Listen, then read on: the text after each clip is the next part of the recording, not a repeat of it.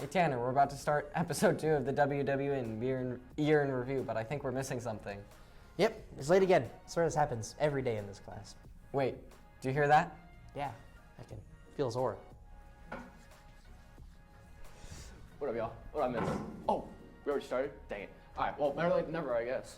Man, Jack, how do you manage to be late to every class period? Well, so you see, me and the boys was hitting the geek bar at lunch, so I got a little carried away.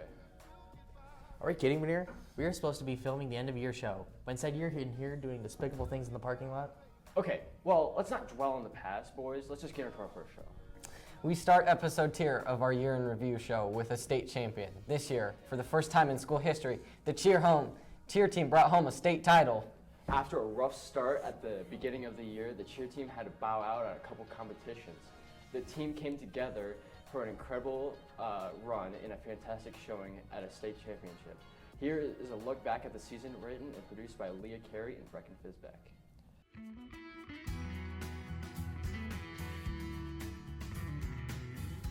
The Windsor varsity cheerleading team for 2024 through 2025 was led by the head coach Liz Kamskruder and assistant coach Sam Murray. The senior campaign was Addison Rose. Throughout the season, coach emphasized unity and improvement. The team's goals were to be ambitious and to be more cohesive, to earn bids in national competitions. May 2024 was cheer tryouts at Windsor High School to form the roster.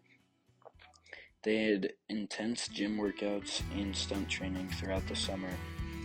Quote unquote, "We've trained all summer," quote.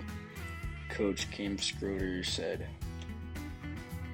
The first home football game was home of the season was August 29th, 2024. They performed very well. In the spring of 2025, they had end-of-season events such as school sports banquets and pep rallies to celebrate the team season. At the end of the season, all of their work paid off. They achieved the ultimate goal, state championship. They even had an undefeated record. The season stands as a testament to the power of teamwork. Cheer tryouts have already happened for next year. Hopefully we can bring home another state championship. Being a Wizard who plays football, I am so proud of how we did in these playoffs. Even though we came up short losing to Pomona, the Windsor Wizards football games were absolutely electric, led by their seniors including Rice Simmons, Pearson Lewis, and our quarterback Kyle Phelps. Let's take a look back at the 2024 football season. What a great year for Windsor High School football. We went down from 4A to 3A for the first time in a decade and finished with a 10-2 record. After defeating Mountain View 36-0 in the first round of the playoffs, then they went on to the second round of the playoffs and lost a heartbreaker to Pomona 27-23. Team Windsor was coached by our veteran, Coach Jones. He was proud of the Windsor football boys and how they were able to step up to the challenge after losing so many guys from injuries. Things happen. A lot of resilience was shown by the young players.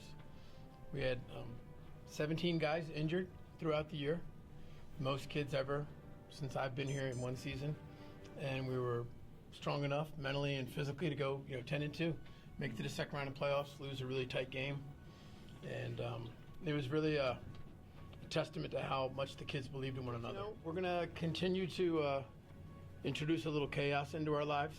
Whenever you're down in the game, you never know how kids are going to react. Some kids might get real emotional. Some kids may point the finger, and we didn't have that this year. We stayed pretty calm. Kids stayed together. We rallied and fought together, and I think we'll see even a greater image of that this year. Same thing. We just refill. We reload. We lost a really big class the year before that. We lost 20 kids that played. Filled them in with a bunch of other guys had to come in. We had 14 brand new starters this year, and 2 years ago we were 10-3. This year we're 10-2. So, we pretty much reload and stick to the system we have. And the new kids that get to play are pretty eager, and they don't want to lay each other down. And once you're in a huddle, it's like there's a standard in that huddle. Like, be a good student, commit to the community, and be a good training teammate. And then, know when to take yourself out, know when to step back and not be an ego guy. So. The team was led by seniors Trip Thomas, Santi Fernandez, Pearson Lewis, and Rice Simmons. Fortunately for WHS, All-State tackle Deacon Schmidt will be back next year with a vengeance after losing our first game by a touchdown, as well as Pomona loss, and will be putting in the off-season work. This team is pumped up about next season and seeing who will make the leap as well. The season starts against Green Mountain on August 29th. So, Jack, what are we doing here, man? Oh, well, man, I'm just showing you how to properly exercise. Oh, really? And what's that supposed to mean? You're skinny. Whoa. We're gonna start this right now? Hell yeah, we are. All right, boys, enough of that. Jack, wouldn't you like to talk to us about your FFA trip to Indy? Yeah, man, it was great. Oh, yeah, that trip. Well, let me tell you boys something. That was a blast. We went to a Mega Maroney concert, a rodeo, and my personal favorite, we went to Steak and Shake. Another thing to mention is that multiple of our teams won awards during this trip. Here's more info about it by yours truly, Trevor Anderson. This year's state FFA winners were Elle Tippett, Maddie Ward, Jack Bernier, Sawyer Hale, Annie Agone, Jenna and Hannah Cooney, Johnny Gilbert, Cyrus Toms, Vivian, Maura McFadden, Cooper Dunworth, Emma Stark, Harper Shalito, Kaylin Landon, and Maya. Favorite memory, we were really hungry midday, and there was this place called Steak and Shake, and we devoured that. That was probably the best memory, and yeah. Cool. We went to a lot of different places, like a rodeo, Mega Maroney concert. What would you say is your favorite event that we went to? I'd say Mega Maroney. Actually, yeah, that was probably my favorite memory too. It's a really fun concert. All these individuals killed it at state FFA. Mrs. Spohr, Mrs. Urick, and Mr. Snyder took 20 FFA members down to Indianapolis with 68,000 other FFA students across America. Yeah, at National Convention.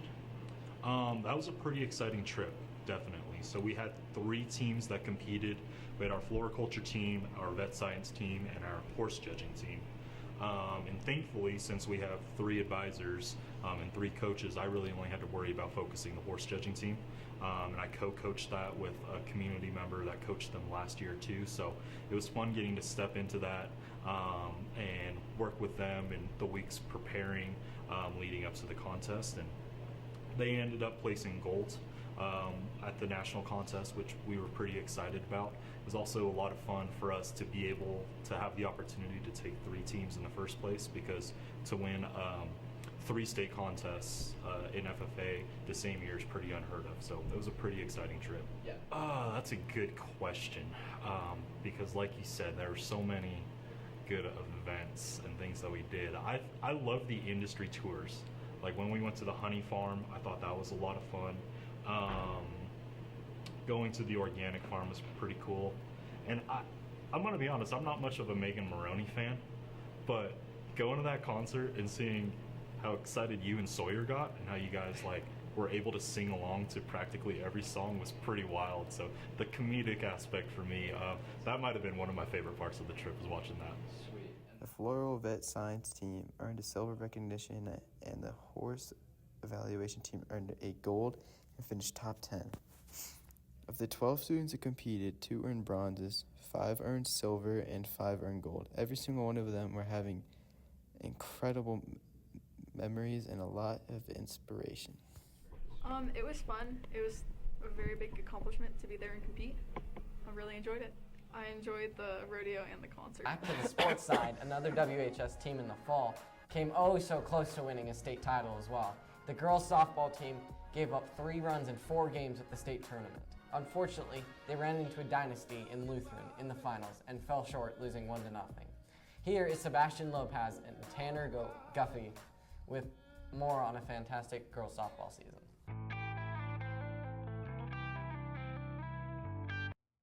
The Windsor Wizards softball team has had an historic run led by their 9 seniors. They ended the regular season 24-2 with their biggest win being against Pooter, allowing 0 and putting up 16 runs.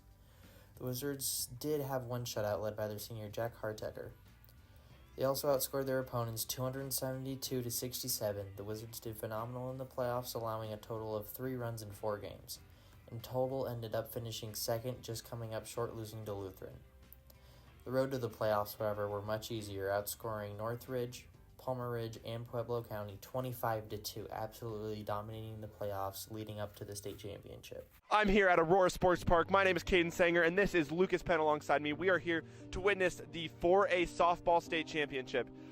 Going off in our first game, we had Windsor versus Northridge.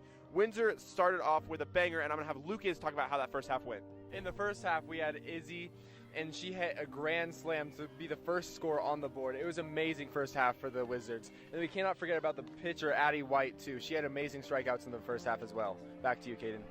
Going into the second half of the game, they stopped in the 6th inning, so we had about 2 innings to go into the second half, but boy did Windsor not quit, and they kept on going. Windsor leading off with 3 home runs the second half, one being a grand slam to end the game by Amber Nichols. Then we had a 2-run home run by Molly, and then a 3-run home run as well. All very, very phenomenal hits. Smith hit that 3-run home run, and Windsor just did not give up. The pitching stayed the same in the second half with a shutout game thrown by Abby White. For the Wizards state championship game, they battled long and hard against Lutheran, led by a great pitching performance by our sophomore Jenna McGinnis and a close 1-0 loss. Even though our Wizards outbatted Lutheran, it wasn't enough, only giving up 1 run in the first inning. Even though the team lost 9 seniors, they have big shoes to fill that will be filled next year by our 3 juniors, and we Wizards cannot wait to see how next year turns out. And it doesn't stop there. The girls volleyball team also had a great season that ended up with a loss to the eventual state champions, Thompson Valley, in the semifinals of the state championship. Here is Tristan Romero and Sebastian Lopez with more.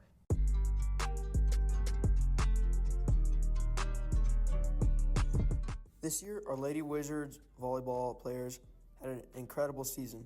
They came out on top with a winning season and an appearance in the Final Four.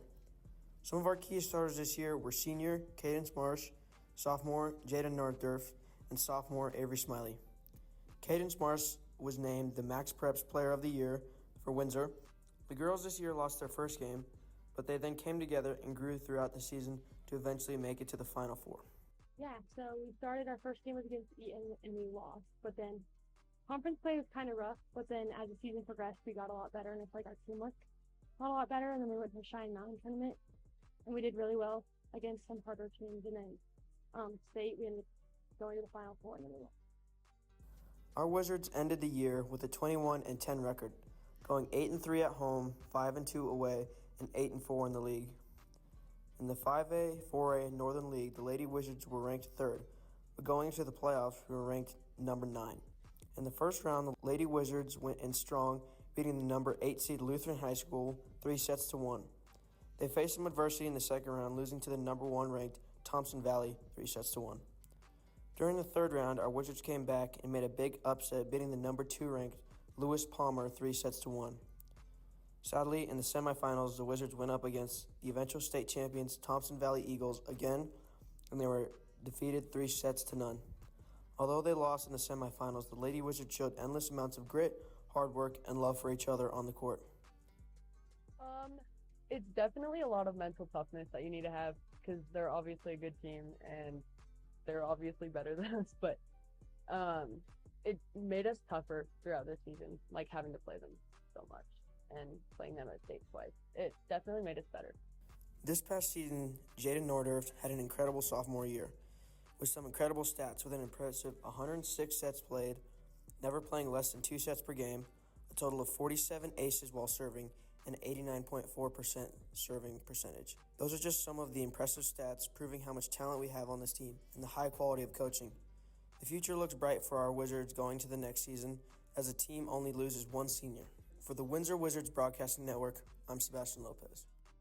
In other news, next year will look a little bit different with 3 stalwart teachers leaving WHS. Mr. Hillam, Ms. Persons will all be retiring next year. Ms. Johnson will also be moving on to other opportunities. Here's Tanner Brown and Trevor Anderson with more. Mr. Hillam, Ms. Johnson, and Ms. Persons. These retirements will impact the Windsor High School 2025-2026 year by not having the same welding experience, English experience, and librarian experience. Mr. Hillam retires after an outstanding 30 years, leaving a legacy of knowledge and inspiration. I've been here at Windsor High School for 29 years. Well, probably the growth. One of the things is the growth, the changing. The town, when we came here, it was a little 5,000 people. The school was 500 kids.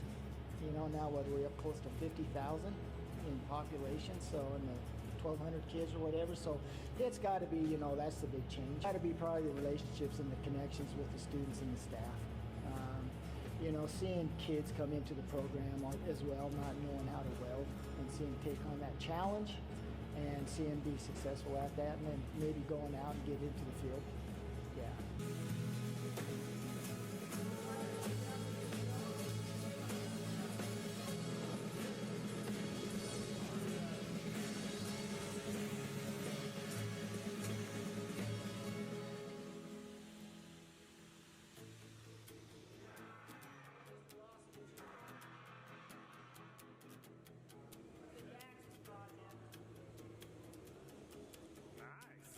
Ms. Johnson, despite her shorter 5-year tenure, has made a notable impact on her students. Ms. Johnson loves her students and pushes them to their best interest.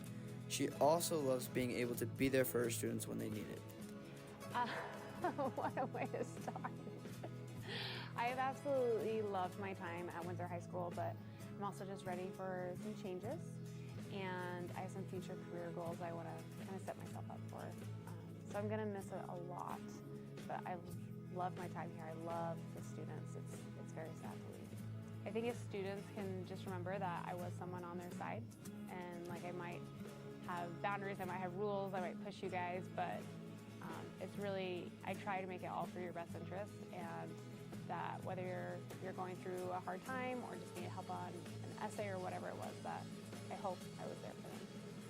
Ms. Persons also leaving after 28 years, signaling the conclusion of an era. I'm just going to take some time at first to relax. I actually have a family cookbook that I've promised my family for a couple of years now, so I'm going to hopefully get that done. My husband and I are going to do some traveling in the fall when everyone else has gone back to school. I have really fond memories of the staff. In my 28 years here, I've had a lot of friends come and go, but just those memories of them, I've had a lot of fun teaching. I've missed the students a lot since I've moved to the library. I still have student contact, but not like I did when I was in the English classroom. There are a couple classes I miss teaching. I miss teaching American Lit. That was like my favorite. And then I had designed and taught for about 10 years a critical analysis of film class. And I miss being able to share that with students. With the 2025-2026 school year incoming, the new teachers for Ms. Johnson, Mr. Hillam, and Ms. Persons, they will know they have big shoes to fill. We wish them well with their future endeavors. Back on the sports side again, and continuing with the run of state champions, our wrestlers did well at their state tournaments earlier in the year, with 3 coming home with state titles. Evan Perez, Robert Kendall, and Adrian Siskazone all brought home a state title. James Beats and myself have more on the state champs. This season, your Windsor boys wrestling team had a great and very impressive season that was ultimately capped off with 3 Wizards returning as state champions. Evan Perez, Robert Kendall, and Adrian Siskazone all won their respective weight classes and came home champions. These championship matches were held down at the Denver Coliseum on February 15th, 2025. Your state champion, Evan Perez, won the men's 215-pound weight class and finished the season undefeated at 41 wins and 0 losses. And this all culminated at the end of the season where he defeated his opponent, William Ehlers from Meade High School, with a match score of 12-3.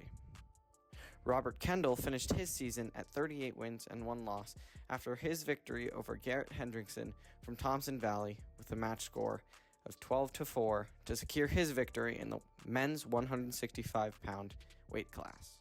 I remember I got there first and I was just looking up into the stands and it was packed, and I remember like being a kid there about 6 years ago, looking up at all those kids on the mat, and I'm like, dang, I'm here, I've made it. And then the whistle blows and you just kind of go blank, you just wrestle. So I don't remember a lot about the match. The guy was strong. It was just a good, hard-fought match.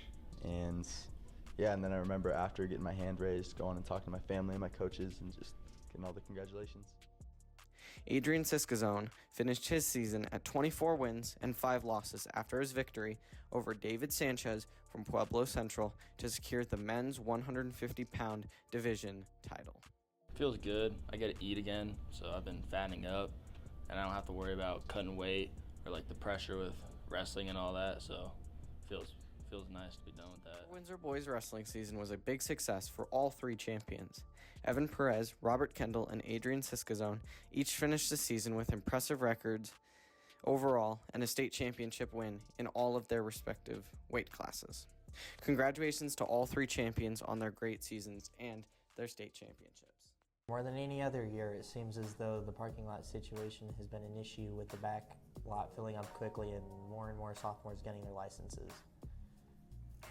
Parking spots are at a premium. We talked with those who are responsible for the lots and the decisions that are made in regards to whether or not to open the dirt lot. Here's Gavin Dittmer and Jack with more of the parking situation at WHS.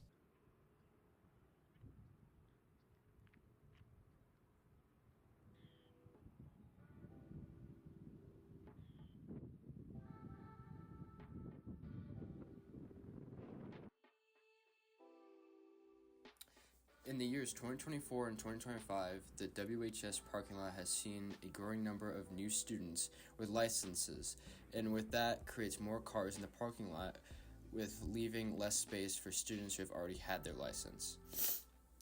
Mr. Beats has experienced his opinion on the parking lot issue and says that he sees less cars at the start of the year due to the seniors leaving as well as sophomores becoming juniors. He says that opening the dirt lot is a plus, but also comes with its own challenges. So in the beginning of every year where drivers are a lot less because the senior class of course leaves and the incoming sophomore class won't have many drivers until later in the year. So we focus on activities as our main spot for student parking. So this time of year it is full with all of our sophomores now being able to drive. So we've had to open up the west lot to make sure we have enough coverage for spots. I feel like the parking at WHS is at a good status right now. It's all right. I mean, they opened up that parking over there, so it's a lot better now. Yeah, it's all right. What about you, Mike? I think it's all right now that they open up the other side. I think it's better than it was. Officer Baker also stated her opinion on the parking lot and said that even though the amount of cars in the parking lot have increased, she has also seen a decrease in traffic accidents and that students are being respectful. She is glad to open the dirt lot to give kids that can't find parking a chance to park their car. Right now it's very full. So throughout my years as a school resource officer here, we see obviously a great deal of drivers that start with us at the beginning of the school year. And throughout the school year, as people get their driver's licenses or new vehicles, we start to see that it becomes very, very full. Right now, my biggest effort is to be out there as a support to the students. So in case there is a traffic accident or somebody's having an issue out there, I can be a support to them and then kind of walk them through again what those traffic accidents need to look like.